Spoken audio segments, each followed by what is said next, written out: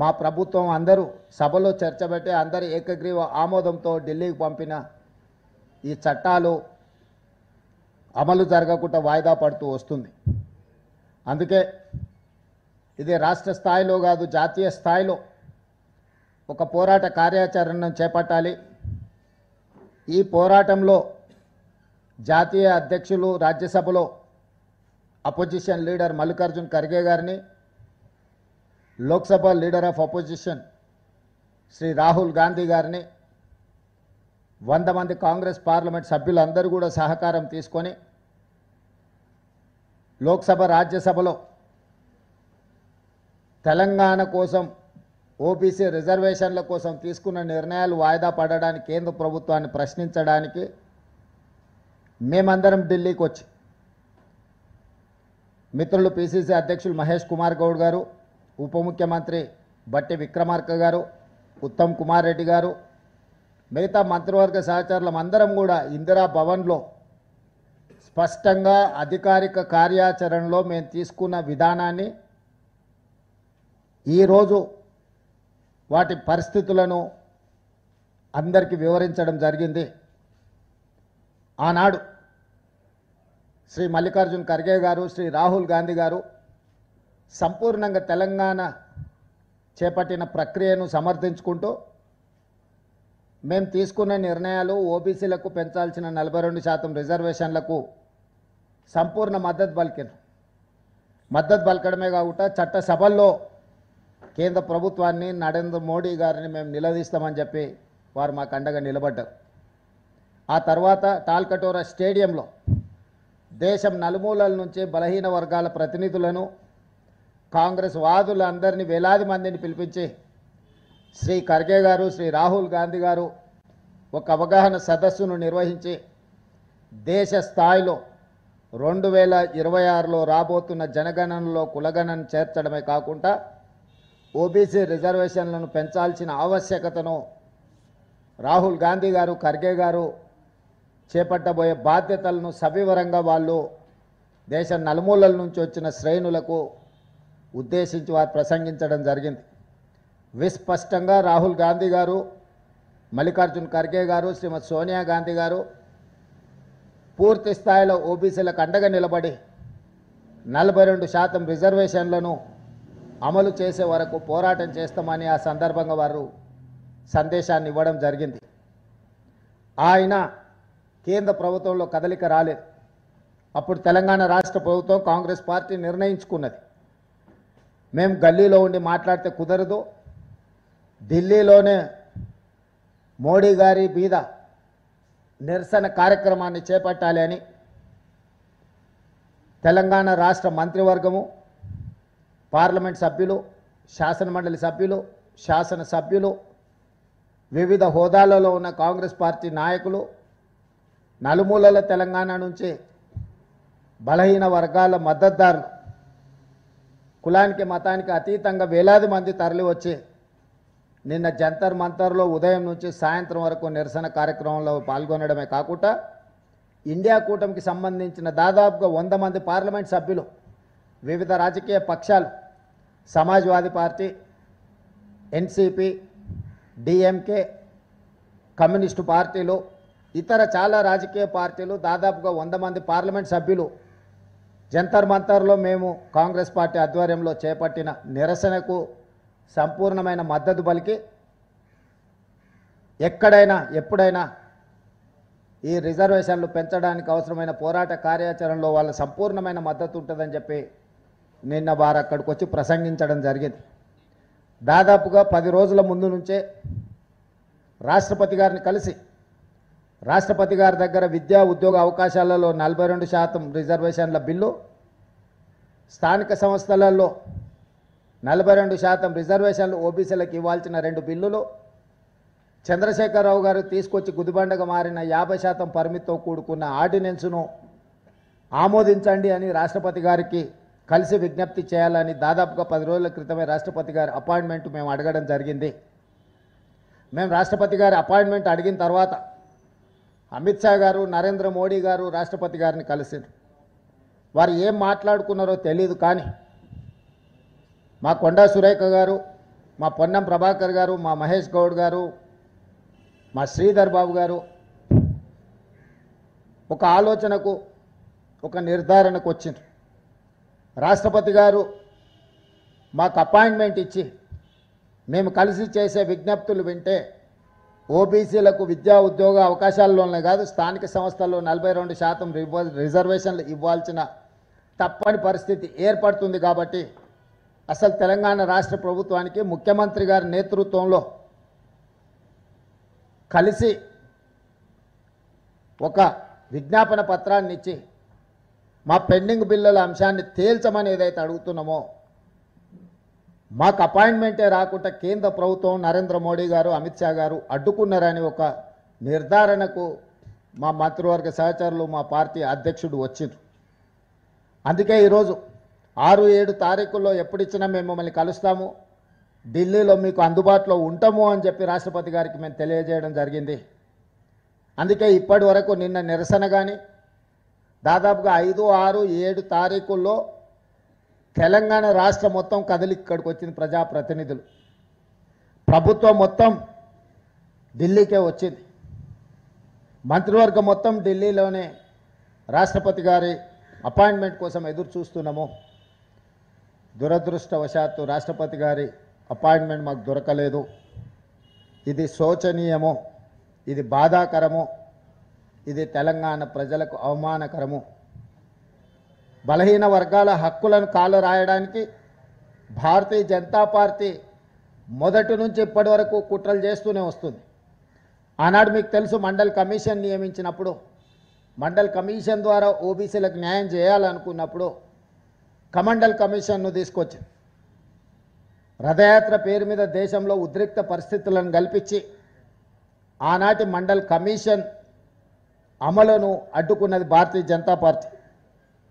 ఆ తర్వాత డాక్టర్ మన్మోహన్ సింగ్ గారు ప్రధానమంత్రిగా ఉన్నప్పుడు, యూపీఏ చైర్పర్సన్గా శ్రీమతి సోనియా గాంధీ గారు ఉన్నప్పుడు ఐఐటి, ఐఐఎం, సెంట్రల్ యూనివర్సిటీలలో బీసీ రిజర్వేషన్లు లేవు, ఖచ్చితంగా అమలు చేయాలి అని నిర్ణయం తీసుకున్నప్పుడు బీజేపీ యూత్ ఫర్ ఈక్వాలిటీ పేరు మీద ఆనాడు ఆ రిజర్వేషన్లను కూడా అడ్డుకున్నారు.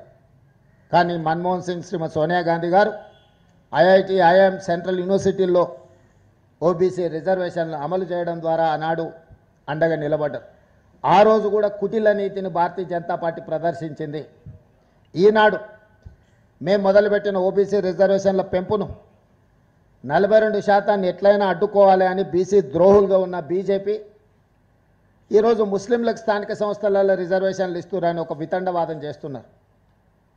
మేము పంపించిన బిల్లులోను మీరు చూడండి, ఎక్కడైనా ఏదైనా మతానికో ఏదైనా కులానికో ప్రత్యేకమైన రిజర్వేషన్ ఉన్నదా? స్థానిక సంస్థల్లో 42% ఎన్ బ్లాక్గా ఎస్సీ రిజర్వేషన్లు కానీ, ఎస్టీ రిజర్వేషన్లు కానీ, ఓబీసీ రిజర్వేషన్లు కానీ ఎన్ బ్లాక్గా కేటాయించడం జరుగుద్ది.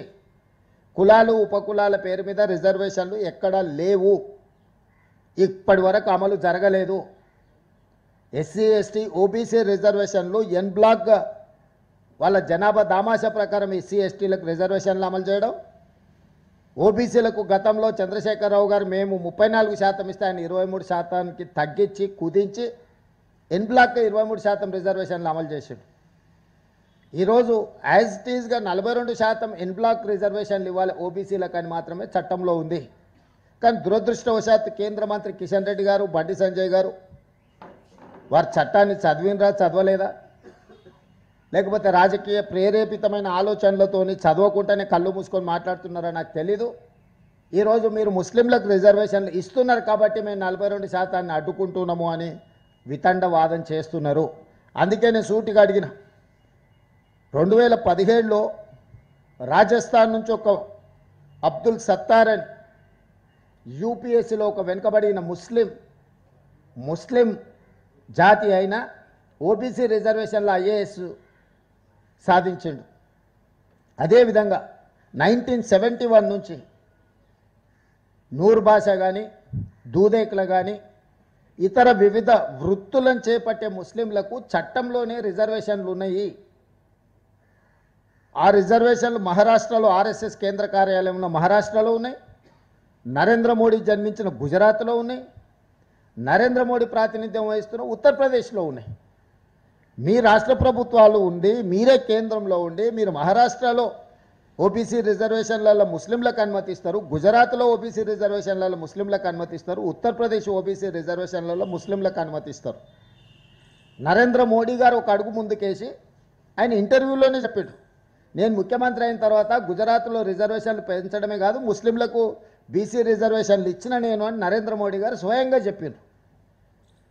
ఇంత స్పష్టంగా వెనుకబాటు ప్రాతిపదికన సామాజిక ఆర్థిక వెనుకబాటు ఆధారంగా రిజర్వేషన్లు నిర్ణయింపబడతాయి, మతాల ప్రాతిపదికన రిజర్వేషన్లు రాజ్యాంగంలోనే లేదు, మేము అలాంటి రిజర్వేషన్లు చేయలేదు అని మేము చెప్తుంటే లేదు లేదు లేదు మీరు ముస్లింలకు రిజర్వేషన్లు ఇస్తున్నాం కాబట్టి మేము అడ్డుకుంటున్నాం అంటున్నారు. ఓబీసీలు అంత అమాయకులేం కాదు, వాళ్ళు చట్టం చదువుకురు, వాళ్ళు జడ్జులైనరు, వాళ్ళు న్యాయవాదులైనరు, వాళ్లకు సామాజిక స్పృహ ఉన్నది. ఈ ఓబీసీ రిజర్వేషన్లు పెంచాలనుకున్న ప్రతి ఒక్కరికి సామాజిక చైతన్యం కలిగిన ప్రతి వాళ్ళు బీజేపీ ఏ విధంగా ఓబీసీ రిజర్వేషన్లను అడ్డుకోవడానికి ముస్లిం రిజర్వేషన్లను అడ్డం పెట్టుకుంటున్నారు. ఇది బీజేపీ అడ్డుకోవడానికి చేస్తున్న ప్రయత్నం. ఇక బీఆర్ఎస్ సికండి పాత్ర పోషిస్తుంది. ఎట్లయినా కాంగ్రెస్ని దెబ్బతీయాలి కాబట్టి మేము బీజేపీతోనే అంటగాగుతాము, మేము కాంగ్రెస్ పార్టీ చేస్తున్న ఏ మంచికి సహకరించము, విధ్వంసపూరితంగా వ్యవహరిస్తున్న బీజేపీకి మేము అండగా నిలబడతామని బీఆర్ఎస్ తయారైంది. సెకండ్ పాత్ర పోషిస్తుంది ఈరోజు బీఆర్ఎస్. ఎందుకు బీఆర్ఎస్ బీజేపీ చేస్తున్న తప్పిదాలను ప్రశ్నించడం లేదు? ఎందుకు నిన్న ధర్నాలో బీఆర్ఎస్కు సంబంధించిన రాజ్యసభ సభ్యులు పాల్గొనలేదు? ఇక్కడికి రాకపోను మేము చేసిన ధర్నాను అవహేళన చేస్తారు. తాటి చెట్టు అట్లా పెరిగితే కాదు, ఆవగించంత అవగాహన కూడా ఉండాలి. చెట్టు లెక్క పెరిగితే ఏం ప్రయోజనం లేదు సమాజానికి, ఆవగించంత అయిన అవగాహన ఉండాలి. మమ్మల్ని బలహీనం చేసేటట్టు మా చేతులు గట్టేసేటట్టు వ్యవహరిస్తుంది బీఆర్ఎస్ తప్ప బీసీలకు ఏమైనా మద్దతుగా నిలబడదామనే సోయే లేకుండా పోయింది. ఈ నేపథ్యంలో బీజేపీ బీఆర్ఎస్ ఏ విధంగా అడ్డుకుంటుండ్రో, ఏ విధంగా బీసీ రిజర్వేషన్లను 50% మించకూడదు అని చట్టం చేయడం ద్వారా బీఆర్ఎస్ 42% బిల్లులను ఆమోదించకుండా బీజేపీ, వీళ్ళిద్దరూ బీసీ ద్రోహులుగా బీసీ వ్యతిరేకులుగా తెలంగాణ సమాజం భావిస్తుంది. తాత్కాలికంగా మీరు విజయం సాధించినామని మీరు అనుకుంటుండొచ్చు, కానీ ఏ సమస్యను దీర్ఘకాలికంగా వాయిదా వేసినా అది మిమ్మల్నే బలి తీసుకుంటుంది. ఇప్పటికైనా తక్షణమే ఈ బిల్లులను ఈ ఆర్డినెన్స్ను ఆమోదించాలి, నరేంద్ర మోడీ గారు సూచించాలి. మేము కూడా విజ్ఞప్తి చేస్తున్నాం, మీరు చెయ్యండి. మేమందరం కలిసి వచ్చి ఇక్కడికి వచ్చింది చిత్తశుద్ధితో 42% ఓబీసీ రిజర్వేషన్లు సాధించడానికి ఈరోజు ఢిల్లీకి వచ్చినాము. 3 రోజులు ఇక్కడ ప్రయత్నం చేసినాము, కానీ కేంద్ర ప్రభుత్వం వైపు నుంచి ఏమాత్రం కూడా సహకారం అందడం లేదు. బీఆర్ఎస్ వాళ్ళు పరోక్షంగా నైతిక మద్దతు కూడా బీసీలకు ఇవ్వడం లేదు. వీళ్ళిద్దరు చేస్తున్న దుర్మార్గమైన చర్యల్ని తెలంగాణ సమాజం గమనిస్తుంది. ఖచ్చితంగా క్షేత్రస్థాయిలో వీళ్ళకు గుణపాఠం చెప్పే విధంగా, వీళ్ళు చేస్తున్న తప్పుడు నిర్ణయాలను ప్రశ్నించే విధంగా కాంగ్రెస్ భవిష్యత్ కార్యాచరణ తీసుకుంటుంది.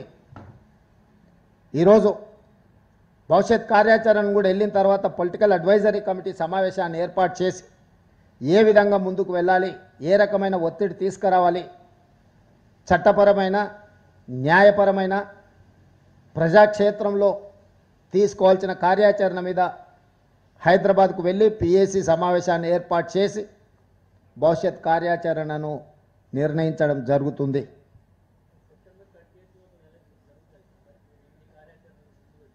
ఖచ్చితంగా చేయాలనే చిత్తశుద్ధితోనే నిరంతరం ప్రయత్నం చేస్తున్నాము.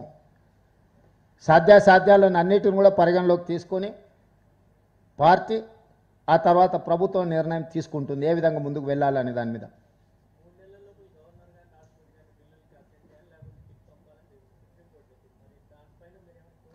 ఆల్రెడీ కోర్టులోనే ఆ కేసు వాదనలు జరుగుతుంది, వాయిదాలు వేసిండ్రు.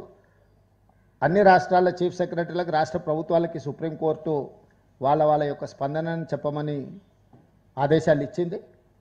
ఖచ్చితంగా ఈ అంశంలో కేంద్ర పార్టీని సంప్రదించి రాష్ట్ర ప్రభుత్వం యొక్క విధానాన్ని కోర్టుకే తెలియజేయడం జరుగుతుంది. ఏమండి 42% ఎట్లా చేయాలి? అది ఒకవేళ పార్టీ పరంగా చేయగలం, అఫీషియల్గా చేయడానికి లేకనే చట్టం కదా. ఒకవేళ రాష్ట్ర ప్రభుత్వం పంపించిన బిల్లులను గవర్నర్ గారు ఆమోదించుంటే ఈ సమస్యనే లేదు. ఆ బిల్లులను ఆమోదించకుండా గవర్నర్ గారు రాష్ట్రపతికి పంపించారు. అందుకోసం ఢిల్లీ రావాల్సి వచ్చింది. ఇప్పుడు పార్టీ పరంగా ఏ నిర్ణయం తీసుకోవాలి, ప్రభుత్వ పరంగా ఏ నిర్ణయం తీసుకోవాలో పిఏసీలో చర్చిస్తాం. మీరు చెబుతున్నది కూడా మా పరిగణలో ఉన్నది.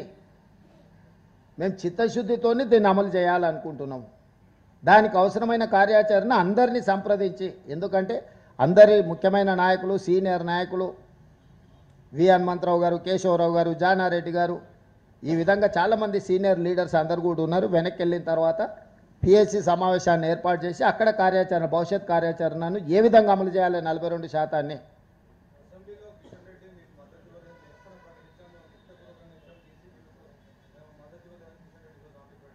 ఆడ అసెంబ్లీలో రికార్డు ఉంటుంది. కిషన్ రెడ్డి కాదు కదా, కిషన్ రెడ్డి గారు ఏమన్నా అసెంబ్లీ సెక్రటరీనా? కాదు కదా.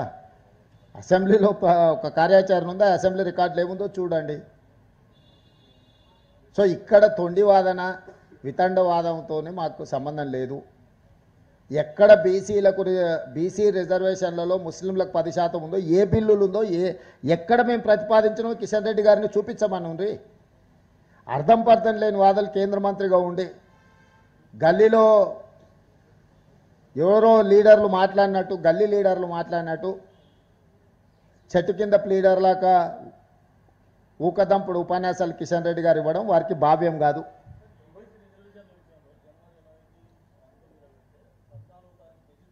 అవును, వాళ్ళకి లేదు, చిత్తశుద్ధి లేదు. ఈడబ్ల్యూఎస్ రిజర్వేషన్లో 10 రోజుల్లో మొత్తం అన్ని చట్టం చేసి 10% రిజర్వేషన్లు ఇచ్చిన బీజేపీకి, రైతు వ్యతిరేక నల్ల చట్టాలు ఒకటే రోజులో ఆమోదింపజేసుకున్న బీజేపీకి ఓబీసీ రిజర్వేషన్లు ఇవ్వాలన్న ఆలోచనే లేదు. పోనీ మీకేందైనా ఆలోచన ఉంటే చట్టం చేయండి, పార్లమెంట్లో మీరే చేయండి. 42% ముస్లింలకు మైనస్ చేసి ఓబీసీలకు రిజర్వేషన్లు ఇస్తామని మోడీ గారికి చెప్పి మీరే బిల్లు పెట్టండి, పార్లమెంట్ జరుగుతుంది కదా. మీరు చెప్తున్న దాంట్లో చిత్తశుద్ధి ఉంటే కేంద్ర ప్రభుత్వం బిల్లు పెట్టి పొద్దున పెడితే సాయంత్రం వరకు లోక్సభలో పాస్ అయితే రాత్రికి 12 వరకు నడితే రాజ్యసభలో 24 గంటలు తిరగకముందే మీరు చెప్తున్న రిజర్వేషన్లు, మీరు చెప్తున్న విధి విధానాలతో మీరే పార్లమెంట్ చట్టం చేయండి. అప్పుడు ఆటోమేటిక్గా అన్ని రాష్ట్రాలు అమలు చేయాల్సిందే కదా.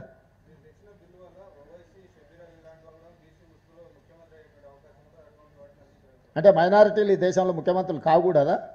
జనరల్ సీట్ ఉన్న మైనారిటీలు ముఖ్యమంత్రులు కావచ్చు. చాలామందిని కాంగ్రెస్ పార్టీ మైనారిటీలను ముఖ్యమంత్రిని చేసింది, రాష్ట్రపతులను చేసింది.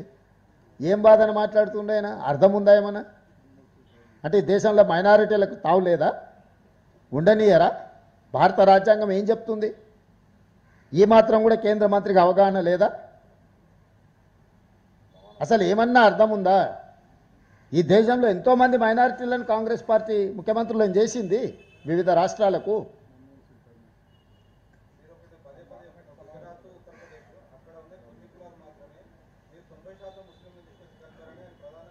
ఇప్పుడు వాళ్ళ బాధ ఎక్కువ కులాలు ఉన్నాయనా, ముస్లింలు ఉన్నారనా ఇందులో?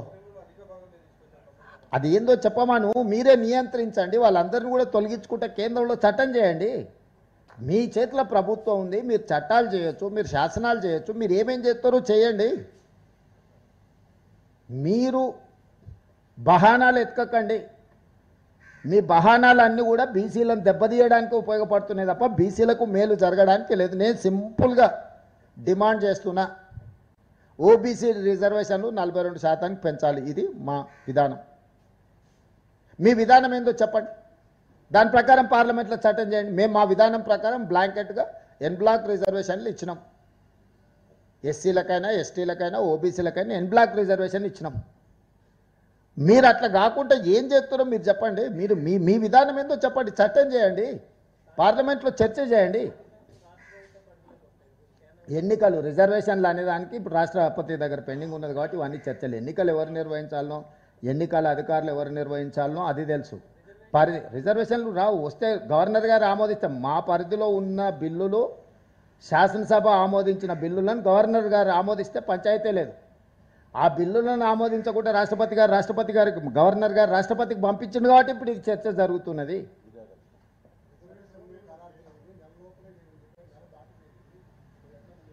ఇంకా ఇప్పుడు అందుకే ఎట్లా పోవాలనే దాని మీదనే ఢిల్లీకి వచ్చినాం, అన్ని ప్రయత్నాలు చేసినాం.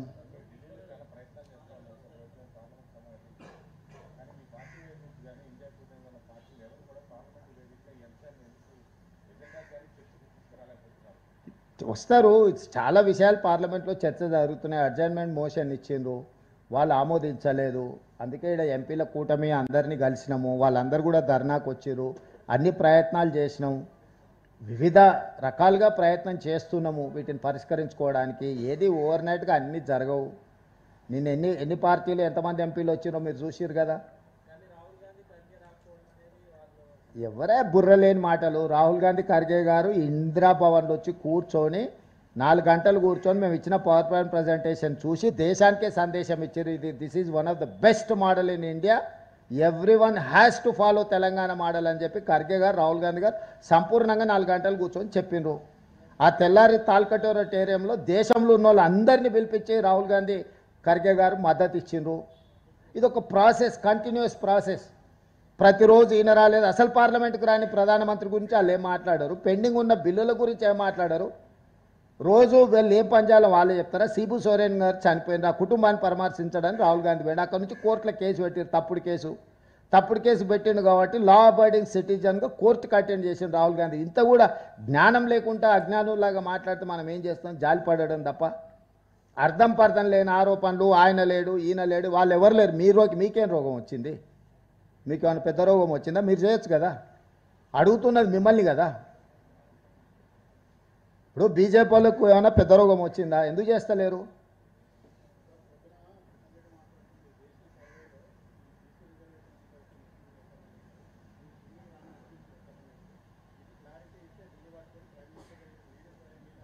అన్ని ఇస్తాం. అఫీషియల్గా మీటింగ్ ఏర్పాటు చేస్తే కిషన్ రెడ్డి గారికి సెక్రటేరియట్లోనే chief secretary, planning department special chief secretary, అందరు అధికారులతో అఫీషియల్గా నేను మొత్తం అవగాహన కోసము అఫీషియల్ ఇది పెడతాను సెక్రటేరియట్లో. ఎప్పుడో డేట్ ఫిక్స్ చేయమన్నారు కిషన్ రెడ్డి గారిని.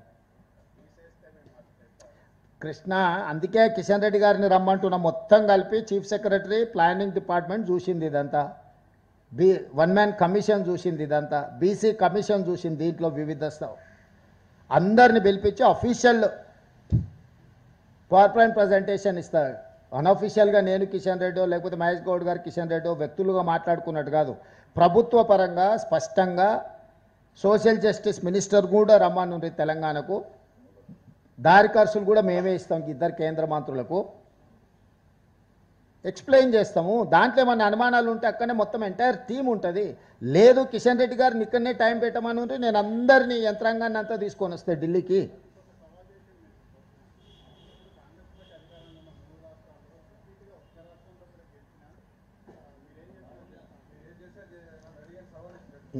ఇప్పుడు మనం ఏం అడుగుతున్నామో ఆయన ఏం మాట్లాడుతుండు.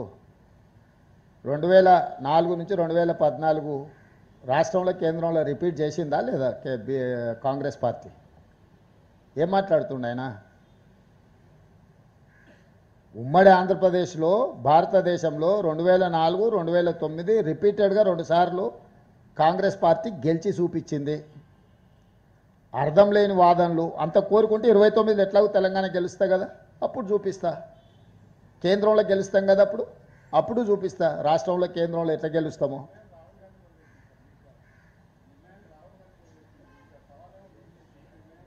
దేనికోసం అంట? ఖచ్చితంగా ప్రయత్నం చేయమని నేను అదే చెప్తున్నా. మోడీని గద్దె దించుతామని మేము సవాల్ చేస్తున్నాం.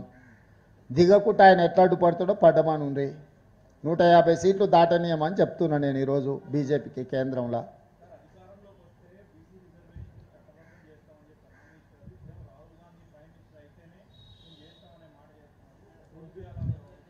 అయ్యా, అధికారంలోకి వచ్చిన తర్వాత చేయాల్సిన ప్రక్రియలు చేసిన తర్వాత వారు నియమించిన గవర్నర్ గారు ఆ బిల్లులను ఆమోదించకుండా రాష్ట్రపతి ఆమోదం కోసం పంపించిండు.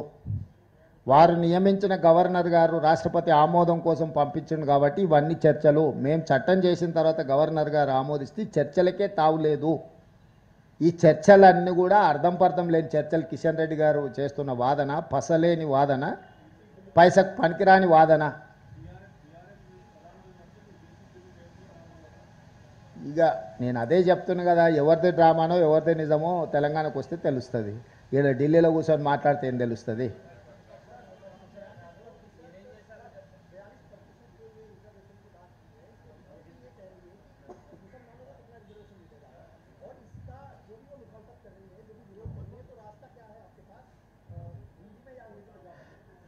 हम लोग राहुल गांधी जी जो पदयात्रा में भारत जोड़ो में वादा किया था इस देश को और तेलंगाना जनता को खासकर, तेलंगाना में कांग्रेस सरकार बनने के बाद जनगणना में जाति गणना के साथ साथ ओबीसी रिजर्वेशन 42% बढ़ाने के लिए वादा किया था।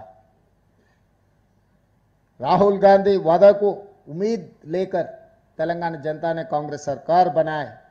कांग्रेस सरकार बनते ही तुरंत पोन्नम प्रभाकर जी नेतृत्व में हम लोग 4 फरवरी 24 साल से लेकर 4 फरवरी 25 एक साल में सब प्रोसेस कर दे के बिल बना दे के गवर्नर को भेज दिए। एजुकेशन एम्प्लॉयमेंट 42%, पॉलिटिकल रिजर्वेशन इन लोकल बॉडीज 42%, 2 बिल बनाए। असेंबली में चर्चा किए, इनानमस रेजोल्यूशन पास हुई। BJP, BRS, MIM, CPI and government have accepted these 2 bills. हम लोग गवर्नर साहब को भेज दिए। राजभवन में जो पास होने का बिल थे वो राजभवन से प्रेसिडेंट भवन को आ गए। 4 महीने से हम इंतजार किए। राष्ट्रपति जी ये बिल पास किए तो हम चुनाव को जाने के लिए तैयारी किए और तेलंगाना हाई कोर्ट ने सितंबर 30 के अंदर ये चुनाव करने के लिए भी हम लोगों को आदेश दिए। इसीलिए हम लोग कोशिश किए। हम लोग राष्ट्रपति जी का अपॉइंटमेंट मांगे, हम लोग मोदी जी का अपॉइंटमेंट मांगे, कुछ नहीं मिल रहा है वहां से। उसके अलावा बहाना बोल रहे हम लोग ये रिजर्वेशन में मुसलमान रिजर्वेशन है इसीलिए हम लोग पास नहीं कर रहे हैं। मैं सीधा सीधा इन लोगों का सोचधारा, इन लोग पिछले सालों में क्या क्या किया हम लोग जनता को बोलना चाहते हैं। जिस दिन मंडल कमीशन बनाए, मंडल कमीशन ओबीसी रिजर्वेशन लागू करने के लिए कोशिश किए तो कमंडल यात्रा निकाले, रथ यात्रा निकाले, तब आपको पता है देश में क्या हुआ। उसके बाद आईआईटी, आईआईएम, सेंट्रल यूनिवर्सिटी में ओबीसी रिजर्वेशन के लिए मनमोहन सिंह जी और सोनिया जी कोशिश किए तो जब रोकने के लिए कोशिश किया, यूथ फॉर इक्वालिटी के नाम पे जब बिल के खिलाफ कार्रवाई की है भारतीय जनता पार्टी। आज भी हम ओबीसी रिजर्वेशन बढ़ाने के लिए जो कोशिश कर रहा है, मुसलमान के नाम पर रोकने के लिए कोशिश कर रहे हैं। मैं सीधा सीधा ये सवाल किया पिछले बार यहीं से, आज भी मैं सवाल कर रहा हूं। जो बीजेपी का सोच द्वारा नागपुर आरएसएस राष्ट्रीय कार्यालय से उन लोगों को संदेश मिलते हैं, वो महाराष्ट्र में आरएसएस राष्ट्रीय कार्यालय, महाराष्ट्र में मुसलमानों को रिजर्वेशन मिल रहा है। नरेंद्र मोदी जी जहां पर जन्म लिए गुजरात, गुजरात में मुसलमानों को रिजर्वेशन मिल रहा है। नरेंद्र मोदी जी ने एक पत्रकार को यह बयान दिया जब वो मुख्यमंत्री था, तब ओबीसी रिजर्वेशन मुसलमानों को लागू किए, वो खुद ने बयान दिया।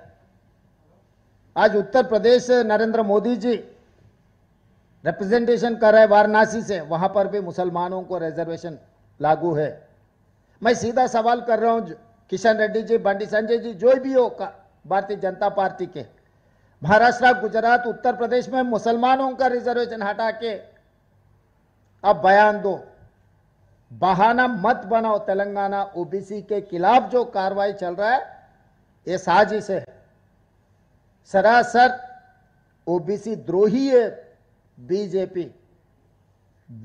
को जो मदद दे रहा है, हम जो जंतर मंतर में धरना किए, हम लोग ऐलान किए थे सड़क से लेकर संसद तक हम लोग लड़ेंगे, हम लोग हासिल करेंगे ओबीसी रिजर्वेशन के लिए।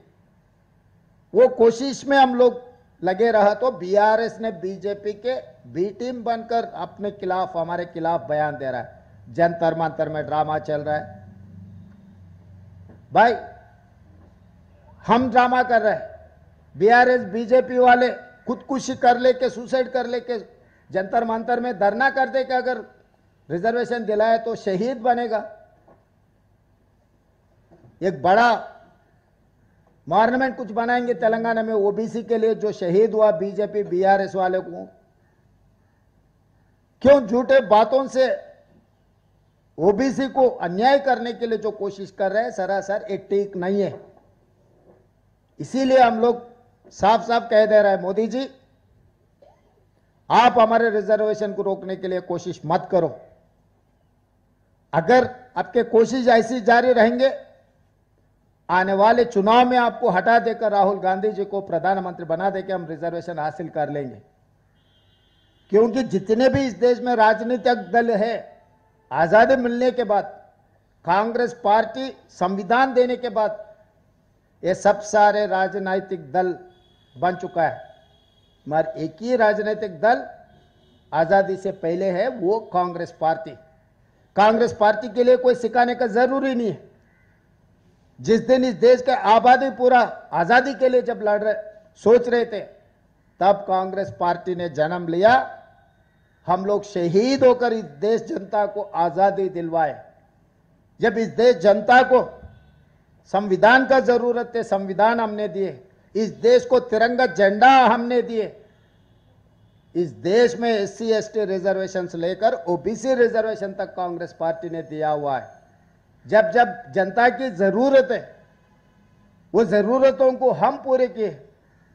आज भी हम लोग कोशिश कर रहे हैं, हम लोग लड़ रहे हैं, विपक्ष में लड़ रहे। अगर कामयाब नहीं हुआ तो सरकार बना दे के हम लोग कामयाब हो जाएंगे। एक दो दिन रोक सकता है लोग, मगर जो बीच में आता है, राहुल जी सोचदारों को, कांग्रेस सोचदारों को रोकने के लिए जो भी रोकने के लिए कोशिश करेगा, सबको हटा देंगे, सबको मिटा देंगे, मिट्टी में मिला देंगे। लाल किले पे तिरंगा झंडा लहराएंगे, राहुल जी को प्रधानमंत्री बनवा के हम ओबीसी रिजर्वेशन लागू कर देंगे। हम मोदी जी को, इसीलिए मोदी जी परम भक्त निशिकांत दुबे जी को मैं ये बात साफ कहना चाहता हूं।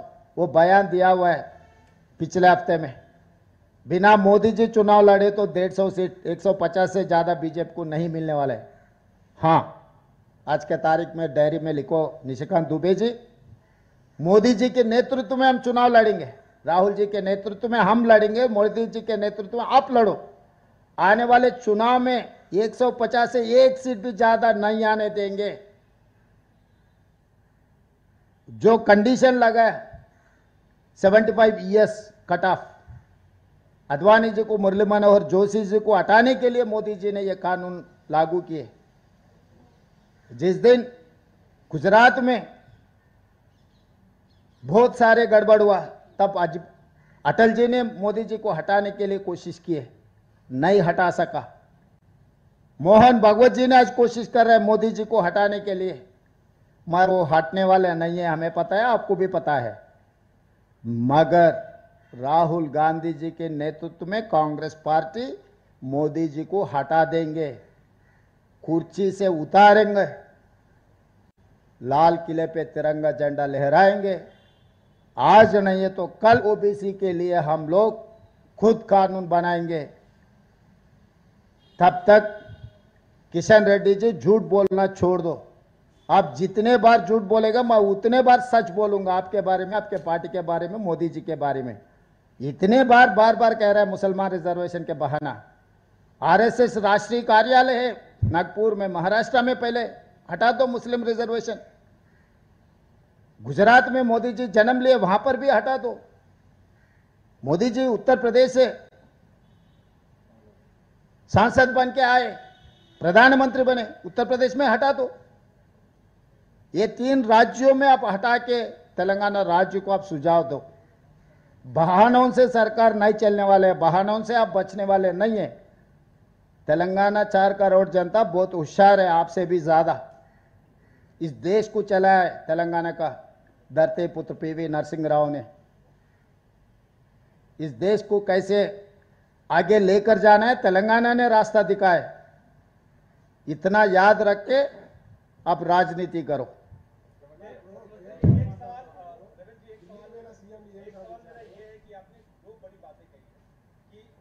तेलंगाना की लड़ाई ओबीसी को के मद्देनजर दिल्ली पहुंची, जंतर मंतर में तमाम अपने नेताओं के साथ, इंडिया गठबंधन के नेताओं के साथ, अपने सांसदों के साथ संवाद किया। आपने ये भी कहा कि राष्ट्रपति और प्रधानमंत्री आपको अपॉइंटमेंट नहीं दे रहे, ओबीसी को लेकर आप अडिग हैं, लागू करवा के रहेंगे। बड़ी मुश्किल हो रही है, कैसे लागू करवा के रहेंगे, क्योंकि सरकार तो भारतीय जनता पार्टी की है। पहला सवाल। दूसरा सवाल ये कि राहुल गांधी ने आज एक बड़ी प्रेस कॉन्फ्रेंस की है और खुलासा किया है चुनाव आयोग को लेकर। कर्नाटक में किस तरीके से जो फर्जी मतदाता आए और वहां पर लोकसभा चुनाव के हेरफेर किया। तेलंगाना को लेकर क्या आपकी रणनीति, क्या तेलंगाना में भी ऐसा कुछ हुआ था? अभी तो हम लोग 42% ओबीसी रिजर्वेशन में हम ज़्यादा ध्यान दिए। राहुल जी जो सवाल खड़ा किया, देश भर चर्चा होना है। हमें भी पता है कि भारतीय जनता पार्टी चुनाव में जीतने के लिए क्या क्या कोशिश कर रहा है। ये सब सारे साजिश देश भर चर्चा होना है। आने वाले बिहार इलेक्शन में जो कोशिश कर रहे हैं सरकार बनाने के लिए, सब होशियार रहना। मीडिया के साथ साथ इस देश के जनता, क्योंकि अब कितना भी मेहनत करो, लोग कितना भी चाहिए, ऐसे सरकार बनाने में अगर बीजेपी बार बार कामयाब होते गए तो इस देश के लिए नुकसान है। यह प्रजातंत्र राजतंत्र में ऐसे कोई भी कोशिश किए ठीक नहीं है। इसीलिए हम लोग सब सोचकर, एक गंभीर समस्या है, देश को आगे लेकर जाने के लिए हम लोग सब चर्चा करना है, एक रास्ता निकालना है। जहां तक मैं समझता हूं ये रास्ता का एक ही जवाब है, मोदी जी को हटाने का। जब तक मोदी जी कुर्सी में बैठेगा ये सब सारे होते रहता है। एक बार दंगल होगा, एक बार जाति के नाम पे, एक बार भाषा के नाम पे, दूसरे बार इलेक्शन कमीशन के नाम पे कुछ ना कुछ गड़बड़ होते रहता है। सब समस्याओं का एक ही जवाब है, मोदी जी को हटा दो।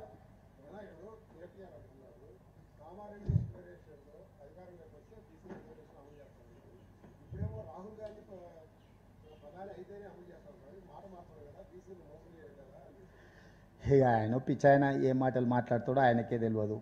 ఇప్పుడు ఢిల్లీకి ఎందుకు వచ్చినాము? మేము పంపించిన బిల్లులను ఆమోదించకుండా గవర్నర్ గారు రాష్ట్రపతి దగ్గరకు పంపించాడు. ఎన్నికల ప్రక్రియ, ప్రభుత్వ పరిపాలన అనేది అవగాహన ఉంటే ఎవరు ఇట్లాంటి పిచ్చి మాటలు మాట్లాడరు.